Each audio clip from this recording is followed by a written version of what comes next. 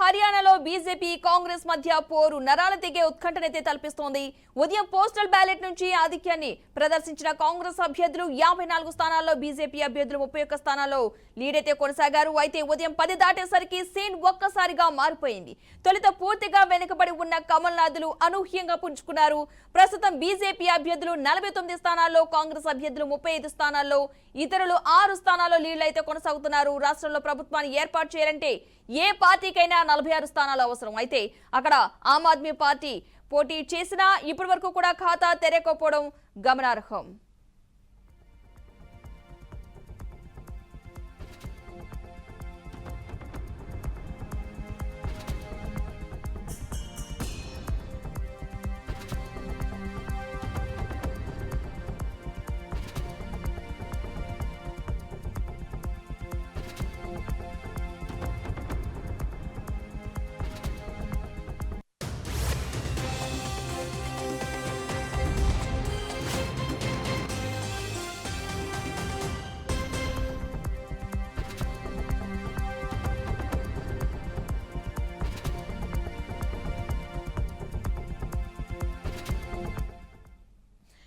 మరోవైపు జమ్మూ కాశ్మీర్ విషయానికి వస్తే కాంగ్రెస్ నేషనల్ కాన్ఫరెన్స్ కూటమి భారీ ఆధిక్యతతో ప్రభుత్వాన్ని ఏర్పాటు చేసే పరిస్థితి ఉంది. మొత్తం 90 స్థానాలు ఉన్న జమ్మూ కాశ్మీర్ లో 53 స్థానాల్లో కాంగ్రెస్ కూటమి ఆధిక్యతలో ఉంది. బీజేపీ కేవలం 23 స్థానాల్లో మాత్రమే ముందంజలో ఉంది. ఇక పీడీపీ 2 స్థానాల్లో ఆధిక్యతతో కొనసాగుతోంది.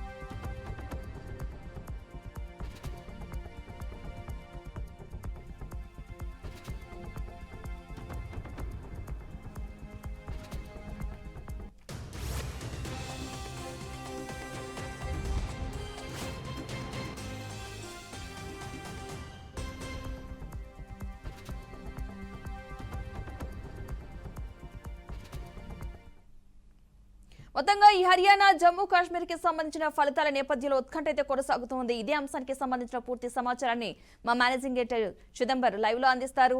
చిదంబర్ చెప్పని, ప్రస్తుతం హర్యానా విషయానికి వస్తే అక్కడ ఏ విధమైన రిజల్ట్ ఉంది, ఎవరు ప్రస్తుతానికి ముందంజలో ఉన్నారు, అప్డేట్స్ ఏంటి? హర్యానాకు సంబంధించి చూస్తే మాత్రం పూర్తి స్థాయిలో అంటే ఇక్కడ సిచ్యువేషన్ నిమిషానికి మారుతుంది. రౌండ్కి ఇక్కడ ఆధిక్యతల్లో మార్పులు చేకూరుతున్నాయి. అయితే ఓవరాల్గా చూస్తే మాత్రం ఎగ్జిట్ పోల్స్ ఏవైతున్నాయో ఎగ్జిట్ పోల్స్ ప్రకారం ఈసారి కాంగ్రెస్ పార్టీ హర్యానాలో అధికారంలోకి వచ్చే అవకాశం ఉందంటూ దానికి కొన్ని కారణాలు చూపిస్తూ అందులో ముఖ్యంగా యాంటీ ఇంకంబెన్సీకి సంబంధించి 10 సంవత్సరాల పాటు అధికారంలో ఉన్న బీజేపీ పార్టీకి యాంటీ ఇంకంబెన్సీ ఉంది అనే విధంగా విశ్లేషణలు వినిపించే ప్రయత్నం చేస్తారు. కానీ ఇవాళ రిజల్ట్కి వచ్చేటప్పటికి పూర్తి భిన్నంగా ఇక్కడ రిజల్ట్స్ అయితే కనిపిస్తున్నాయి. అందులో ముఖ్యంగా చూస్తే మాత్రం మొదటి పాయింట్ ఏదైతే మొదటి రౌండ్లో మాత్రం కాంగ్రెస్ పార్టీ పుంజుకున్నట్టుగా ముందంజలో ఉన్నట్టుగా దాదాపుగా మ్యాజిక్ ఫిగర్ 45 దాటి 51 స్థానాల నుంచి 55 స్థానాల మధ్యలో ఆధిక్యత కనబరిచింది మొదటి రౌండ్లో. కానీ రెండో రౌండ్కి వచ్చేటప్పటికి స్థాయిలో సిచ్యువేషన్లో మాత్రం పూర్తి చేంజ్ మనకు కనిపించింది. ఇప్పుడు ప్రస్తుతం ఉన్న సమాచారం ప్రకారం అయితే బీజేపీ పార్టీ దాదాపుగా 51 స్థానాల్లో ఆధిక్యంలో కనిపిస్తున్న సిచ్యువేషన్ అయితే ఉంది. అయితే హర్యానాకు సంబంధించి చూస్తే మాత్రం హర్యానాలో ఈసారి అంటే ఒకటి ఏదైతే సోషల్ ఇంజనీరింగ్ పేరుతో గతంలో చేసిన ఇన్ఫర్మేషన్ ఏదైతే ఒక ప్రయోగం ఉందో ఆ ప్రయోగాన్ని ఈసారి హర్యానాలో బీజేపీ పార్టీ చేసిన పరిస్థితి కనిపిస్తుంది. అందులో అక్కడ మాత్రం ఖచ్చితంగా కుల సమీకరణలకు సంబంధించి పెద్దపీట వేసిన సిచ్యువేషన్ మనం చూసాం. అంతేకాకుండా ఈసారి ముఖ్యమంత్రి మార్పు కూడా ఉండబోతోంది. మాజీ ముఖ్యమంత్రి ఇప్పుడు ఎవరైతే ముఖ్యమంత్రి ఉన్నారో ప్రస్తుత ముఖ్యమంత్రి కాకుండా కొత్త అభ్యర్థిని ముఖ్యమంత్రి అభ్యర్థిగా బీజేపీ పార్టీ ముందు తీసుకెళ్లడంతో కూడా ఈ రిజల్ట్స్ సాధ్యమైన విధంగా మాట్లాడడం అయితే మనకు చాలా క్లియర్గా కనిపిస్తుంది.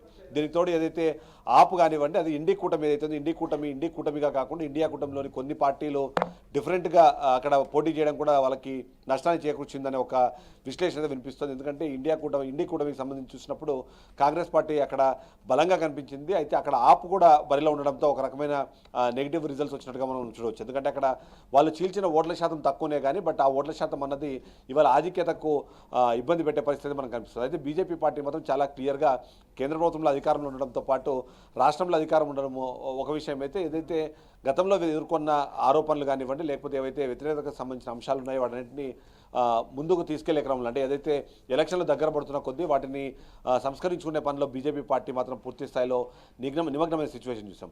ఈ విధంగా చూస్తే మాత్రం ఇప్పుడున్న ప్రజెంట్ ట్రెండ్స్ ప్రకారం బీజేపీ పార్టీ ముందంజలో ఉందని అయితే మనం ఖచ్చితంగా చెప్పుకోవచ్చు పద్మ. అయితే చిదంబరం ఇక జమ్మూ కాశ్మీర్ విషయానికి వద్దాం. అందులో ఏ పార్టీ ప్రజెంట్ ముందంజలో ఉన్నాయి అంటే వేసిన సంస్థలు సర్వే సంస్థలు వేసిన అంచనాలు అయితే తారుమారు అవుతున్నాయని అనుకోవచ్చు అంటారా? ఈ జమ్మూ కాశ్మీర్ అంశానికి ఎస్పెషల్ తీసుకుంటే ఇది ఆర్టికల్ 370 రద్దు తర్వాత ఎఫెక్ట్ అని అనుకోవచ్చా ఏంటి? ఎలాగుంది ప్రస్తుత పరిస్థితి అయితే? అయితే బీజేపీ పార్టీ అంటే మనం గమనిస్తే 2014 తర్వాత ఇప్పుడు 2024 అంటే 10 సంవత్సరాల తర్వాత అంటే దశాబ్ద కాలం తర్వాత ఇవాళ అక్కడ ఎన్నికలు జరుగుతున్న పరిస్థితి మనం చూస్తున్నాం.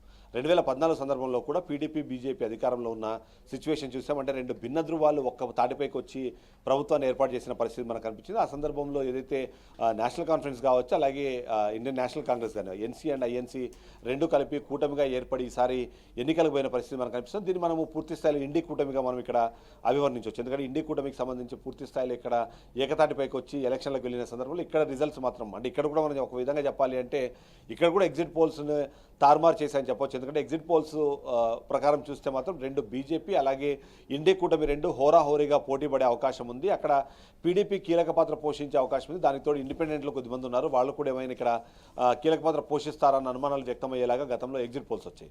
కానీ ఇవాళ రిజల్ట్స్ చూస్తే మాత్రం పూర్తి భిన్నంగా ఇండి కూటమికి పూర్తి స్థాయిలో ఇక్కడ ఆధిక్యత కనిపిస్తోంది. అంతేకాకుండా అది ఏదైతే మ్యాజిక్ ఫిగర్ 45 ఉందో 45 దాటి 50 స్థానాలకు పైబడి ఇప్పుడు ఆధిక్యంలో కనిపిస్తుంది. ఆధిక్యత కూడా బీజేపీ పార్టీకి సంబంధించిన అభ్యర్థులతో పోలిస్తే భారీ తేడాలే కనిపిస్తున్నాయి. కాబట్టి జమ్మూ అండ్ కాశ్మీర్లో కంపల్సరీ ఇండి కూటమికి సంబంధించి ఎన్సీ-ఐఎన్సీ కూటమి ఇక్కడ అధికారంలోకి వచ్చే అవకాశాలు మెండుగా మనకు కనిపిస్తున్నాయని చెప్పవచ్చు. దీనికి తోడు ఏదైతే ఆర్టికల్ 370 రద్దుకు సంబంధించి ఇక్కడ జమ్మూ అలాగే కాశ్మీర్ రెండు ప్రాంతాలను కలిపి జమ్మూ అండ్ కాశ్మీర్ రాష్ట్రంగా మనము చూసే నేపథ్యంలో ఒక్కో ప్రాంతంలో ఒక్కో రకమైన రిజల్ట్ వచ్చిందని మనం చూడవచ్చు. ఎందుకంటే జమ్మూకి సంబంధించి చూసినప్పుడు ఆర్టికల్ 370 కానివ్వండి, అలాగే కాశ్మీర్లో కూడా ఈ ఆర్టికల్ 370 సంబంధించిన ఈ ప్రాంతాల్లో దానిపైన విభిన్న వాదనలు లేకపోతే విభిన్నంగా అక్కడ ప్రజలు రెస్పాండ్ అయిన పరిస్థితి చూస్తున్నాం. కాబట్టి ఓవైపు నుంచి బీజేపీ పార్టీ దాదాపు 25 స్థానాల్లో అధికారంలో ఉంటే ఆ అధికారంలో ఉన్న అన్ని ఒకే ప్రాంతం నుంచి రావడం అన్నది ఇక్కడ మనందరం గమనించాల్సిన అవసరం. అదే సందర్భంలో మరో ప్రాంతం నుంచి ఐఎన్సీ కానివ్వండి ఎన్సీ కానివ్వండి ఆ రెండు పార్టీలు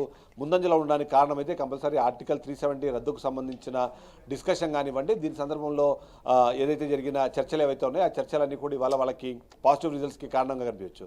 అదే పీడీపీ అనుకున్న స్థాయి కన్నా తక్కువగా పర్ఫామ్ చేసినా సరే వాళ్ళకి అక్కడ ఎంతో కొంత ఒక 3 నుంచి 5 సీట్లు వచ్చే అవకాశం ఉందని ఎగ్జిట్ పోల్స్ కూడా చెప్పాయి. అందులో భాగంగానే ఇప్పుడు 3 సీట్లలో వాళ్ళు ముందంజలో ఉన్న పరిస్థితి మనకు కనిపిస్తుంది. గత పాలకులు కానివ్వండి, ప్రస్తుతం ఉన్న ఎవరైతే నాయకులు ఉన్నారో వాళ్ళందరూ, దానికి తోడు ఎవరైతే ఇప్పుడు బరిలో నిలిచిన అభ్యర్థులు ఉన్నారో ప్రతి ఒక్కరిని వాళ్ళు ఓటర్లు ఎవరైతే ఉన్నారో ఇండివిజువల్ బేసిస్ మీద అలాగే పార్టీ బేసిస్ మీద రెండింటిని బేస్ చేసుకొని ఇవాళ వాళ్ళు రిజల్ట్కి అయితే ఇవైపు తీసుకెళ్తున్నట్టుగా మనం చెప్పవచ్చు పద్మ.